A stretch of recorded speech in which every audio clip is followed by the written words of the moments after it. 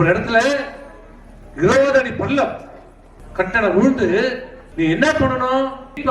உள்ள ஊந்தன மீட்பியா, காப்பாத்துவியா? அதுதானே ஒரு அரசாங்கம் செய்வோம். நீ டக்குன்னு ஊந்துற என்ன தூக்கி தானே பாப்ப, எழுப்புறதானே பாப்ப. ஆனா இந்த அரசு என்ன செய்யுது? உடனே ஒரு பச்சை கலர்ல மறைப்பு போடுது. போய் அவனை நிவாரணம் பண்ணி அந்த தண்ணியை அரைச்சி உள்ள ஊந்தன தூக்கி வெளில காப்பாத்தி ஒண்ணுனா அது முழுக்க இங்க இருந்து அந்த மூட்டு வரைக்கும் பச்சை கலர்ல போட்டு மறைக்கிறான். அந்த இடத்தையே மறைச்சிட்டான். 5 நாள் ஆச்சு.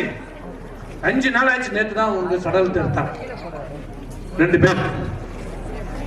5 நாள் ஆச்சு.